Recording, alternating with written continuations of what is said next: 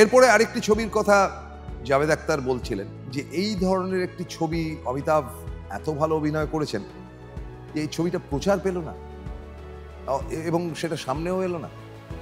সেটা হচ্ছে চুপকে চুপকে। ঋষিকেশ মুখার্জি ডাইরেক্টর, তাতে ধর্মেন্দ্র কেন্দ্রিক ছবি আর কি, মানে ছদ্মবেশীর হিন্দি, এবং উত্তম কুমারের চরিত্র করেছিলেন এই ছবিতে ধর্মেন্দ্র। কিন্তু তারপরে শুভেন্দু সেকেন্ড লিড নায়ক যেটা, সেটা করেছিলেন অমিতাভ বচ্চন।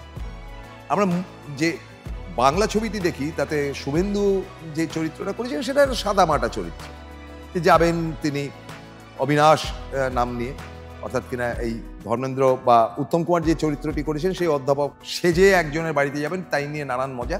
কিন্তু হিন্দি ছবিটা দারুণ হাসির হয়েছিল এবং এত মজাদার হয়েছিল অমিতাভের অভিনয়। এই ছবিটির প্রচারটাও কিন্তু খুব বেশি আসেনি যে অমিতাভ এত অসাধারণ অভিনয় করেছে।